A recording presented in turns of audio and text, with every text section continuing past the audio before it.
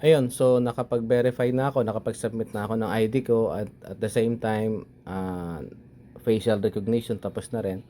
So after nyon, nakalagay dito identity verification under review. So wait lang natin para ma-approve na tayo. So click ko yung confirm. And then yon, antay na lang ako kung ano yung magiging result. So as of now, makikita nyo dito is yan, under review. Okay, so hold ko muna ito.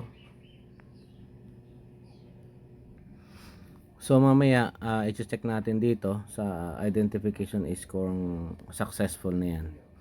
Okay, so for the meantime, antayin lang muna natin kung ano yung magiging results. Okay, so thank you. So yon, so after a few minutes lang, nakita ko na sa aking account is verified na siya. Okay, so ayan, 'di ba? So ayan, verified na siya dito. Okay, so ganoon lang pala kabilis. So minutes lang is ma-approve ka na.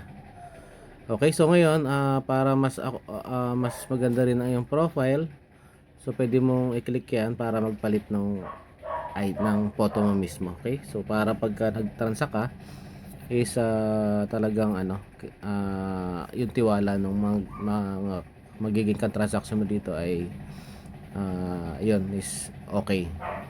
Okay, so sana is nakatulong ako. Kasi kailangan talaga natin to na magkaroon ng crypto wallet para doon sa ating mga transaction sa Smart AIT. Okay, so yun lang. Thank you.